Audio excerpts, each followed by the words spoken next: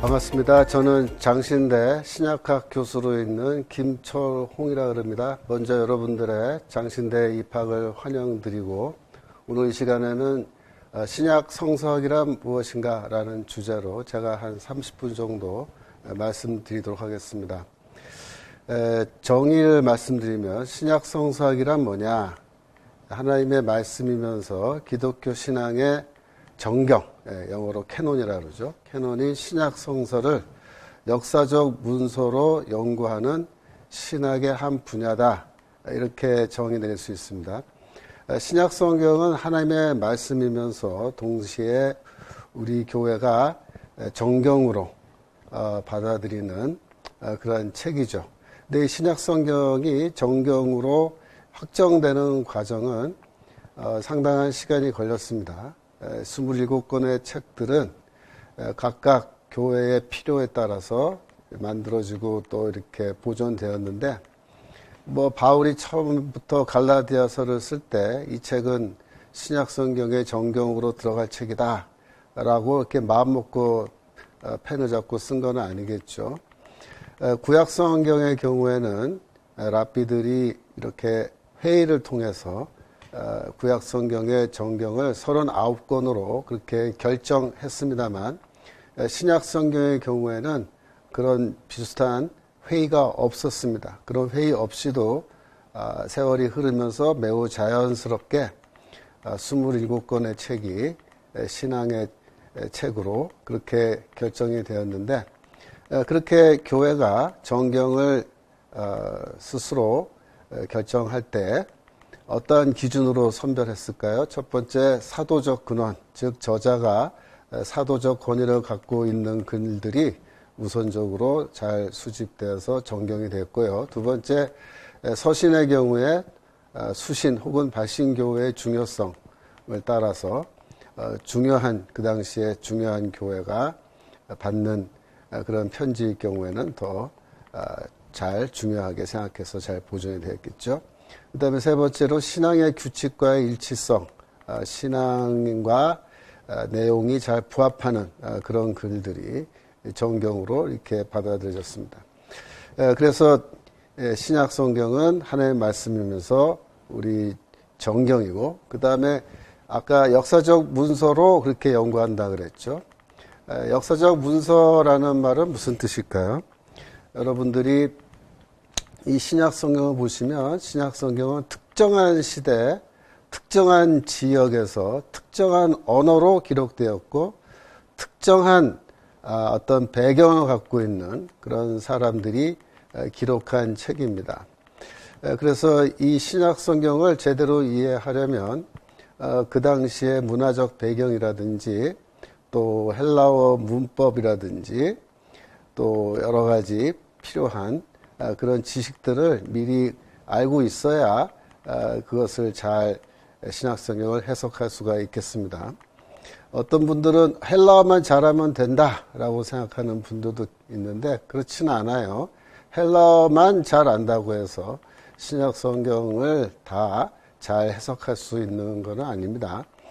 물론 헬라어를 모르면 또 안 되겠지만, 예를 들어서 이제 말씀을 드리면 마태복음 2장 2절에 보시면 유대인의 왕으로 나신 이가 어디 계시뇨? 우리가 동방에서 그의 별을 보고 그에게 경배하러 왔노라 하니. 성탄절이 되면은 교회에서 연극도 많이 하고 동방박사 이렇게 이야기를 많이 하는데, 왜 동방박사는 그의 별, 메시아의 별이죠. 메시아를 상징하는 별을 보고 따라왔느냐. 그게 이제 설명이 돼야 되겠죠. 여러분, 여기서 동방박사들이 말할 때 그의 별이라는 말을 했는데, 메시아의 별, 메시아를 당시에 이제 별이라는 것으로 상징으로 그렇게 이야기한 건데, 이러한 흐름이 어디에서 유래된 거냐? 우리가 그걸 이제 학자들이 연구해 보면 민수기 24장 17절에서 유래됐다고 이렇게 얘기합니다. 민수기 24장 17절 보시면 내가 그를 보아도 이때의 일이 아니며 내가 그를 바라봐도 가까운 일이 아니로다. 한 별이 야곱에게서 나오며 한 홀이 이스라엘에게서 일어나서 모압을 이 편에서 저 편까지 쳐서 파하고 또 소동하는 자식들을 다 멸하리로다.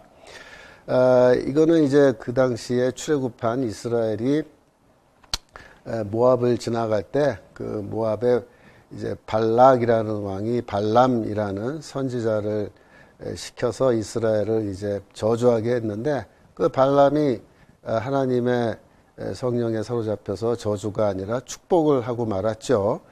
그때 발람이 한 예언 중에 한 구절인데 이 구절에 보면은 이 메시아에 대한 이야기가 나오는데 특별히 이 별이라고 하는 한 별이 야곱에서 나왔다라는 그런 표현이 나오죠. 그래서 그 당시에 이제 아람어로 된 이 민수기 주석이라고 할까요? 탈굼이라고 하는 그 유대교 문서가 있는데 우리가 그걸 보면은 이렇게 번역을 했어요. 영어로 말하면 A king shall arise out of Jacob and be anointed the Messiah out of Israel. 그죠? 그래서 이 메시아라는 단어가 아예 여기 등장하죠. 야곱에게서 한 별이 일어나서인데 한 왕이 일어날 것이다. 이렇게 해석이 이제 바뀌어 있는 걸 우리가 볼 수 있습니다. 그래서 그 시대에는 그 당시 고대 유대교에서는 아마도 이 민수기 24장 17절에 나오는 이 별을 메시아, 즉 이스라엘의 왕으로 미래의 이스라엘 왕으로 그렇게 해석했구나라는 것을 우리가 추측할 수 있는데 그 당시에 그 사해 문서라 그래요. 데드시 스크롤이라고 해서 쿰랑 공동체의 그 도서관이라고 할까요? 거기서 남아있는 그 문서 중에 특별히 전쟁 문서 워스크롤이라는 그 문서에 보면은 이 민수기 24장 17절 이하가 인용되어 있는데 여기에서도 마찬가지로 명확하게 메시아에 관한 구절로 그렇게 해석하고 있는 것을 우리가 볼 수 있습니다. 그래서 이런 것을 쭉 우리가 학자들이 연구해 보니까 그 당시에 유대인들은 아마도 민수기 24장 17절에 있는 그 별을 메시아를 나타내는 상징으로 그렇게 생각했구나. 아마도 그래서 이 동방박사라는 사람들이 아마도 그 바벨론에서 온 것 같은데 바벨론의 이제 그 천문학자들로 추측되는데 그 사람들이 유대교 회당에서 그 이야기를 전해 듣고 민수기 내용도 그들이 알게 되었고 그래서 자신들이 밤에 별을 볼 때 이 어떤 별이 나타나는데 이것이 바로 민수기 24장 17절에서 말하는 바로 그 유대인의 왕 메시아에 대한 메시아를 가리키는 별이구나 라고 생각해서 이제 쫓아왔다는 걸로 그렇게 해석할 수가 있습니다. 계시록 22장 16절에도 보시면은 예수 그리스도께서 나는 다윗의 뿌리요 자손이 곧 광명한 새벽별이라 라고 이렇게 말하는데 이런 구절들도 왜 예수가 자기 자신을 별로 이렇게 별이라고 얘기하느냐 하는 거를 우리가 추적을 해보면 전부 다 이러한 구약의 또 유대교 전승으로 연결되어 있다라는 것을 알 수 있어요. 그래서 제가 말씀드리는 바는 신약 성경을 잘 해석하고 이해하려면 구약 성경도 잘 알아야 되고 또 유대교 전승도 경우에 따라서는 연구를 하고 좀 알고 있어야 된다라는 그런 이야기를 드린 겁니다. 갈라디아서 3장 24절에 보면 또 다른 예인데 이같이 율법이 우리를 그리스도께로 인도하는 초등교사가 되어 우리로 하여금 믿음으로 말미암아 이롭다 하면 얻게 하려 함이라 라고 해서 초등교사라는 말이 나오는데 초등교사가 뭐냐, 왜 율법은 우리를 그리스도에게로 인도하는 초등교사냐, 이걸 설명을 해야 되죠. 근데 이제 여러분들이 이걸 설명할 때 초등교사니까 초등학교 선생이다 율법은, 그렇게 해석하면은 그거는 완전히 엉터리 해석이 되는 거죠. 그 당시에 이 초등교사, 이 헬라어로는 파에다고고스라고 하는 단어인데 이 단어는 그 당시 헬라 문화에 어떤 중요한 배경이 있는 그런 단어입니다. 그 당시에 그 사회에서는 특별히 상류층 귀족 가정에서는 어린아이를 낳으면, 특별히 아들을 낳으면은 그 아들에 대해서 아버지가 원래 그 교육권을 갖고 있고 모든 걸 다 가르칠 의무가 있습니다. 근데 아버지가 이제 상류층이면은 바쁘잖아요. 그러니까 그럴 경우에는 이제 파에다고고스라는 그러한 노예를 한 명을 선정을 합니다. 그래서 뭐 집안에서 누구를 선정할 수도 있겠고 아니면 노예 시장에서 사올 수도 있는데 그 노예를 사올 때 이제 아이의 선생이 될 수 있는, 다시 말해서 뭐 헬라어도 문법에 맞게 잘 말하고 덧셈 뺄셈 정도도 할 수 있고 그다음에 예의 범절도 알고 있는 그런 노예를 사와서 그 아이에게 이렇게 말하는 거예요. 야, 오늘부터 이 노예가 너의 파에다고고스야, 초등교사야. 아버지 대신 너를 가르칠 텐데 너는 이 노예의 말을 잘 듣고 순종해야 된다.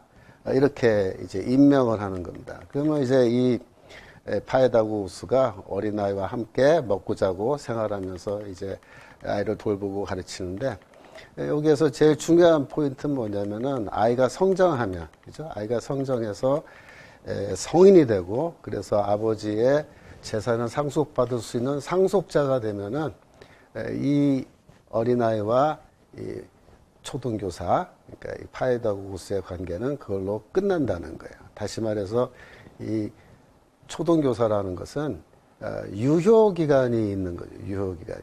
성인이 되길 때까지만 유효한 거죠. 그래서 바울이 말하는 건 그겁니다. 율법이라는 것은 영원 무궁토록 유효한 게 아니고 믿음이 올 때까지만 유효한 것이고, 또 율법이라는 것은 궁극적으로 우리를 그리스도에게로 인도하는 그 인도자 역할을 하는데 그 존재의 이유가 있다. 다시 말해서 율법은 우리로 하여금 우리가 죄인이구나 라는 걸 깨닫고, 우리가 율법으로는 구원받을 수 없구나 라는 걸 깨닫고 예수 그리스도를 믿는 믿음으로 나아가게 하는 그런 역할을 한다는 거죠. 그런 의미로 이제 바울은 율법은 우리를 그리스도에게로 인도하는 파에다고고스, 초등교사다, 이렇게 이제 이야기를 한 겁니다. 근데 이거를 잘 모르면, 그런 문화적 배경을 잘 모르면은 또 해석이 안 되죠. 그러니까 신약 성경을 잘 해석하고 이렇게 이해하려면 유대교 배경도 또 구약 성경 배경도 잘 알아야 되겠지만 거기에 더불어서 헬라 문화도 잘 알아야 된다. 이렇게 말할 수가 있겠습니다.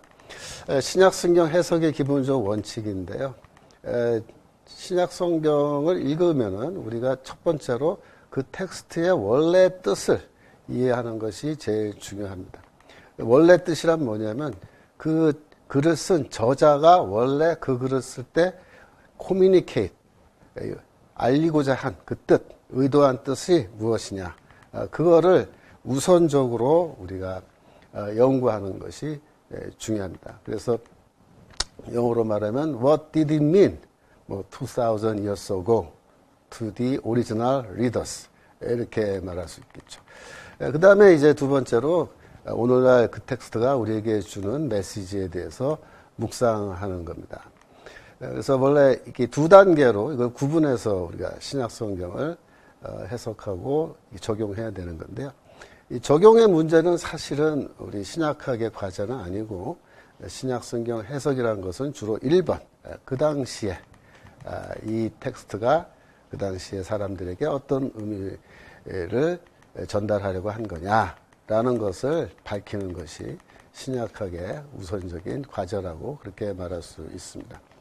그래서 이걸 여러분들이 또 그렇게 생각하시는데요. 그 당시에 이것이 무슨 뜻이었냐. 두 번째로 What does it mean to us today? 그죠? 오늘날 우리에게 그 텍스트는 무슨 뜻이, 어떤 의미가 있느냐. 그래서 이 두 가지를 잘 설명하는 게 설교죠. 설교. 여러분이 교회에서 설교 앞으로 많이 하게 될 텐데, 설교할 때는 첫 번째 질문에 먼저 정확하게 대답을 하고 나서 두 번째 질문을 여러분이 고민하시면 되는 겁니다. 그래서 이제 이 두 번째 질문에 또 정확한 대답을 잘 하려면 오늘날의 현대 사회, 그죠? 현대 문명이 갖고 있는 문제들, 현대인들의 고민, 사회, 정치, 경제, 문화, 종교 등등 현대 사회를 바라보는 또 깊은 통찰력이 있어야 되겠어요. 근데 그거는 저희 신약학에서 그걸 가르치는 건 아니고, 그런 거는 이제 우리 학교의 뭐 기독교와 문화라든가 이런 실천신학 쪽에 그런 분야에서 그런 걸 또 이제 많이 이야기하고 가르치는 것으로 저는 알고 있습니다. 예. 신약 성서의 연구 방법론인데요. 첫 번째 이제 언어학적 접근이라는 게 있습니다. 그러니까 여러분들이 이제 신학교 들어오면 히브리어, 헬라어 공부를 하시잖아요. 왜냐하면 그걸 먼저 언어를 알아야 성경을 또 원래 원어의 의미에 따라서 이해할 수 있기 때문에 여러분들이 이제 뭐 히브리어, 헬라가 어렵긴 하지만 다 이제 공부를 하셔야 됩니다. 그래서 사전, 히브리어 사전, 헬라어 사전, 뭐 그런 사전을 통해서 단어 연구를 한다 그러는데 단어의 뜻, 용례, 수거 뭐 이런 거 그런 거를 이제 열심히 공부를 하셔야 됩니다.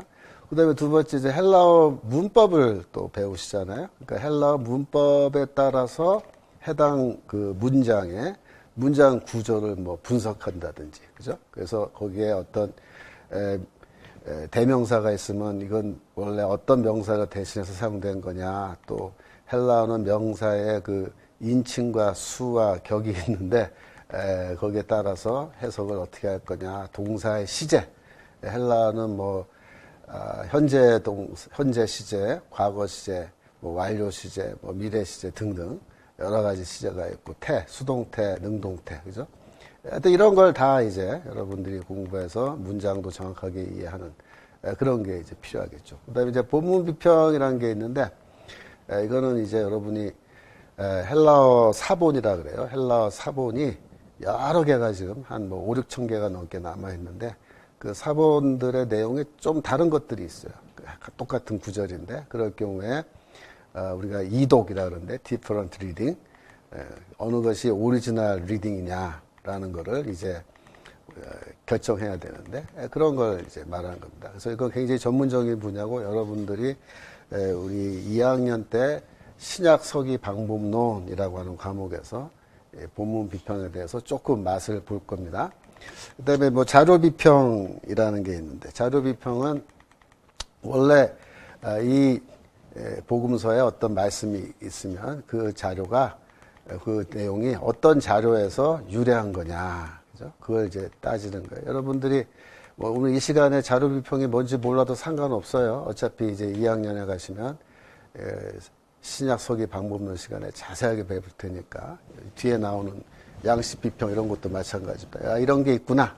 오늘 이 시간에는 그런 이런 언어가 이런 분야가 있구나. 그걸 알고 있는 것만으로 충분하겠어요. 양식 비평이라는 게 있는데 이건 또 뭐 복음서 연구할 때 특별히 이거 어떤 양식에 따라서 이 스토리가 좀 비슷비슷하게 적혀 있느냐라는 걸 따지는 거고 왜 이런 양식이 발전했는지 그 당시에 어떤 초대교회의 어떤 삶의 정황이 있었길래 이러한 내용들이 보존되고 또 이런 양식을 갖게 되었는지 뭐 그런 거를 연구하는 거예요. 또 편집 비평이라는 게 있는데 편집 비평은 복음서 같은 경우에 한 번에 마태, 마가, 누가, 요한이 한 번에 쫙 1장부터 마지막까지 썼다라고도 볼 수 있지만 대체로 학자들은 몇 단계의 편집을 거친 것으로 그렇게 추측들을 많이 하는데 A라는 스토리가 왜 요 위치에 있느냐,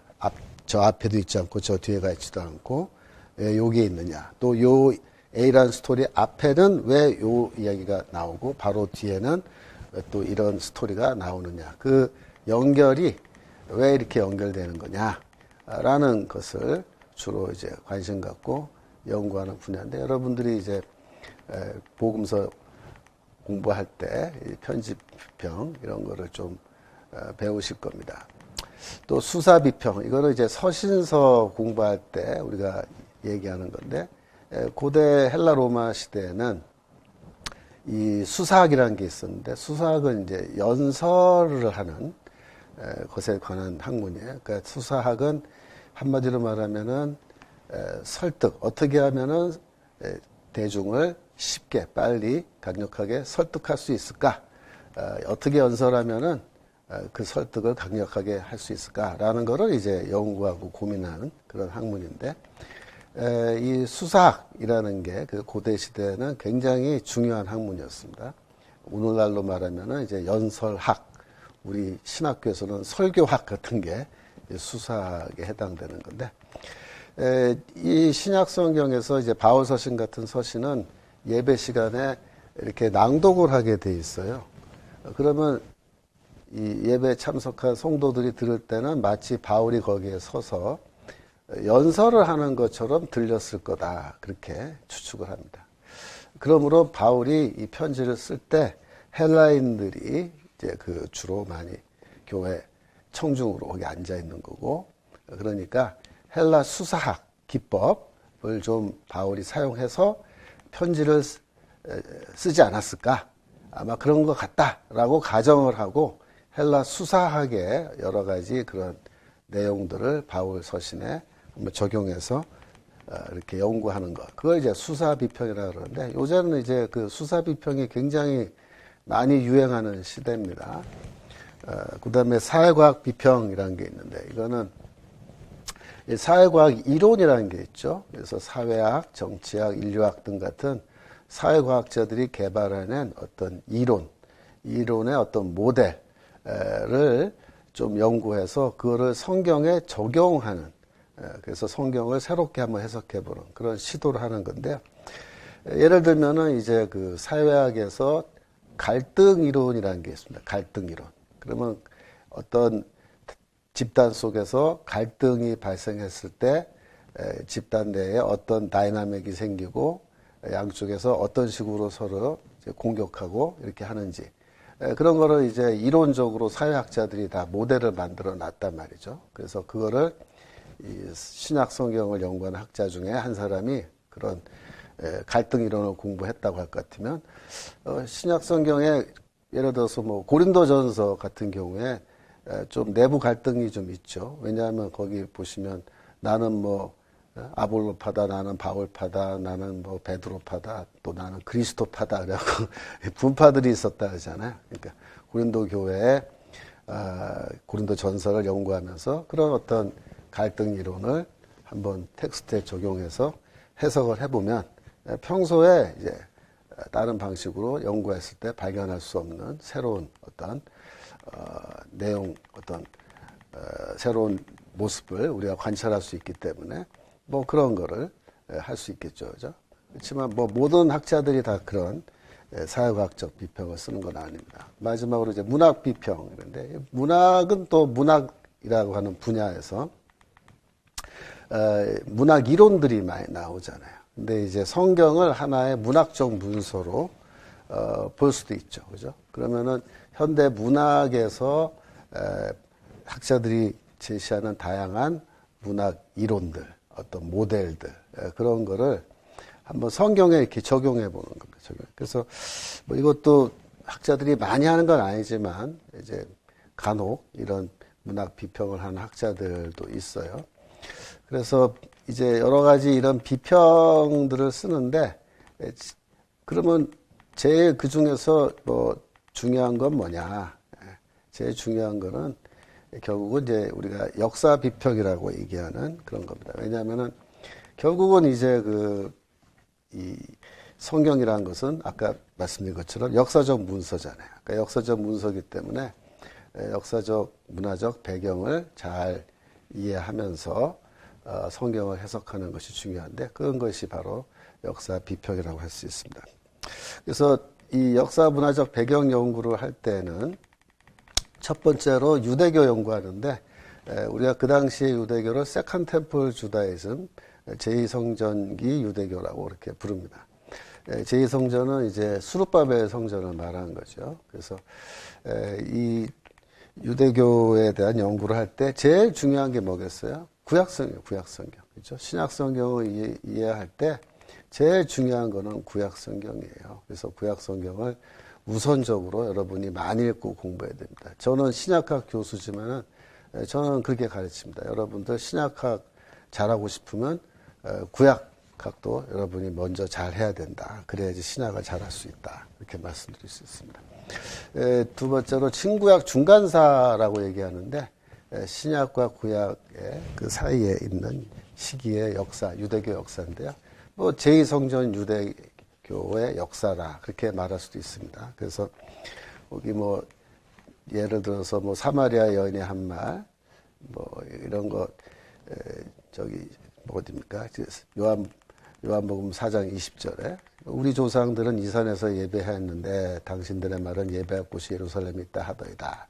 이 말을 할 때 역사적 배경이 있어요. 그러니까 뭐냐면 기원전 334년에 사마리아인들이 알렉산더에게 이제 반란을 일으켜서 패배한 뒤에 세겜으로 도피하거든요. 그래서 그리심산에 이제 성전을 짓고 거기서 이제 예배를 하는데 시리아 지배 밑에 있다가 사마리아인들이 시리아의 그 당시에 안티오쿠스 에피파네스라고 하는 왕의 명령에 따라서 자신들의 성전을 제우스 신에게 바쳐버려요.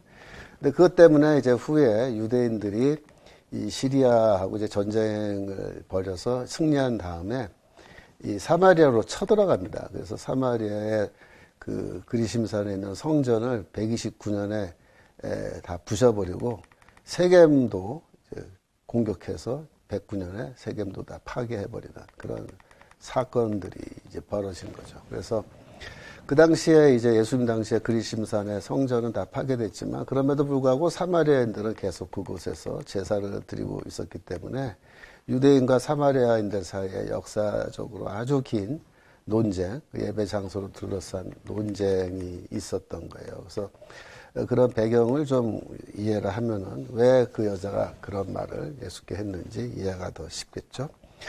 그래서 이제 제1세기 유대교에 대한 이해, 그러니까 제2성전기가 굉장히 기간이 길잖아요. 그 중에서도 이제 1세기 전후로 한 유대교에 대한 깊은 이해가 매우 중요한 거고요.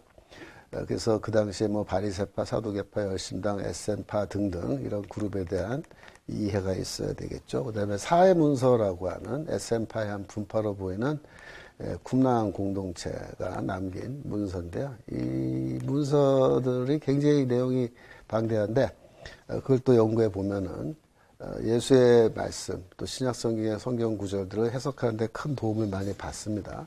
또 요세푸스와 필로라는 사람이 있는데 둘 다 1세기 인물이고 이들이 많은 글을 남겼어요. 그래서 요세푸스의 뭐 유대 전쟁사, 유대 고대사를 비롯해서 뭐 필로가 쓴 글도 엄청 많은데 그런 글들도 학자들은 많이 연구하고 관심 갖는데 여러분들도 관심을 갖고 공부하실 수가 있겠습니다. 또 구약성경 외경, 또 뭐 구약성경 위경이라고 하는 이런 다양한 책들이 있어요. 그다음에 랍비 유대교, 그죠? 탈무드라든가 또 미슈나라든가 하여튼 그런 랍비들이 이제 기록해 놓은 많은 문서들, 또 헬라 문화도 필요하다 그랬죠. 그래서 헬라 문화 배경은 그레코 로마 사회, 일반 역사, 정치, 경제, 문화, 종교, 철학, 군사, 교육, 결혼, 도덕, 오락, 그죠? 사회 조직, 신분제도, 뭐 도시생활, 일상생활, 가정생활, 뭐 도시 가옥 구조 등등, 뭐 디아스포라 유대인의 신분과 해당제도 이런 거 공부할 게 굉장히 많죠. 그러니까 결국 이제 서양 고대사의 한 부분인데 그런 내용을 또 공부를 해야 여러분들이 신약 성경을 잘 해석하는 데 많은 도움 받을 수 있다. 그런 말씀입니다. 그 다음에 이제 뿐만 아니라 초대교회에 관한 연구도 많이 해요. 그래서 1, 2세기 초대교회가 남긴 자료들, 뭐 3, 4세기 거는 그렇게 많이 우리가 신약 성경 연구에 많이 활용하지는 않는데, 뭐 150년 그간에 기록된 초대교회 문서들은 굉장히 중요하다고 생각합니다. 그래서 신약학 분야는 이제 그런 사도교부들이라 그러는데 사도교부들의 글들을 많이 연구하고 또 신약 성경에도 위경이 있어요. 그런 것도 좀 보고 합니다. 신약 성서학의 이제 분야는 다양한데 복음서 연구 하는 분야가 있고, 그죠? 그다음에 또 뭐가 있겠어요? 요한문서. 요한문서는 요한복음과 요한 1, 2, 3서, 요한계시록까지 합쳐서 요한문서라 그러는데 요한문서 연구하는 분야, 그다음에 바울서신을 연구하는 분야가 있겠고 공동서신, 그죠? 그래서 이제 신약 성서, 신학이라고 하는 것은 신약 성경 전체를 관통하는 신약 성경의 내용이 무엇인지를 연구하는 건데, 요 신약 성경 신학을 또 가르치는 과목도 있으니까 여러분들이 관심 갖고 공부하시면 좋을 것 같습니다. 마지막으로 이제 신약 성서학을 효과적으로 공부하기 위해서 여러분들에게 어떤 전략을 세우면 좋겠냐, 학습 계획이 뭐냐. 첫 번째 성서 언어를 먼저 공부하시고 잘 숙지하는 것이 장기적으로 큰 도움이 됩니다. 그 다음에 기초적인 과목들은 빨리빨리 1학기 때 개론 같은 거 빨리빨리 하고, 그 다음에 선택 과목에서 여러분들이 신약학 과목을 많이 선택하여서 수강하시는 것이 좋겠죠. 물론 다른 과목들도 이제 여러분들이 관심 있는 분야 선택하겠지만, 그래도 졸업생들이 이렇게 말합니다. 졸업생들은 졸업할 때가 되면은 역시 성서학, 그 중에서도 이제 신약학 과목을 들은 것이 제일 많이 남는다. 이렇게들 얘기해요. 목회 현장으로 갈 때는 성경을 알고 가는 것이 제일 중요하기 때문에 그렇습니다. 그래서 때로는 성서의 각권을 집중적으로 연구하는 과목들 또 공부하지만 전체 그림을 보여주는 아까 말씀드린 신약 성서학 그런 과목도 좋겠죠. 그 다음에 기초 실력을 신학교에서 쌓도록 해야 되는데, 뭐 신약 성경 사전, 성서 사전, 헬라 사전, 뭐 컴퓨터 성경 프로그램 등 각종 자료를 활용하는 방법을 배워 놓으시고, 주석서, 좋은 주석을 평소에 가까이 대하고 많이 읽는 게 좋겠고요. 전문 서적들 또 영어로 책을 읽을 수 있도록 영어 공부도 열심히 하면 좋겠습니다. 결론입니다. 신약 성경은 교회의 설교, 성경 공부 등 모든 목회 활동의 기본이 되는 책입니다. 성경에 대해서 정확하게 알지 못하면 목회가 불가능하지는 않지만 매우 어려워집니다. 그래서 여러분들이 열심히 3년 동안 공부해서 하나님의 말씀에 대해서 자신감을 갖고 선포할 수 있도록 그렇게 여러분들이 신경을 많이 쓰시기를 부탁드립니다. 제 강의는 여기서 마치도록 하겠습니다. 감사합니다.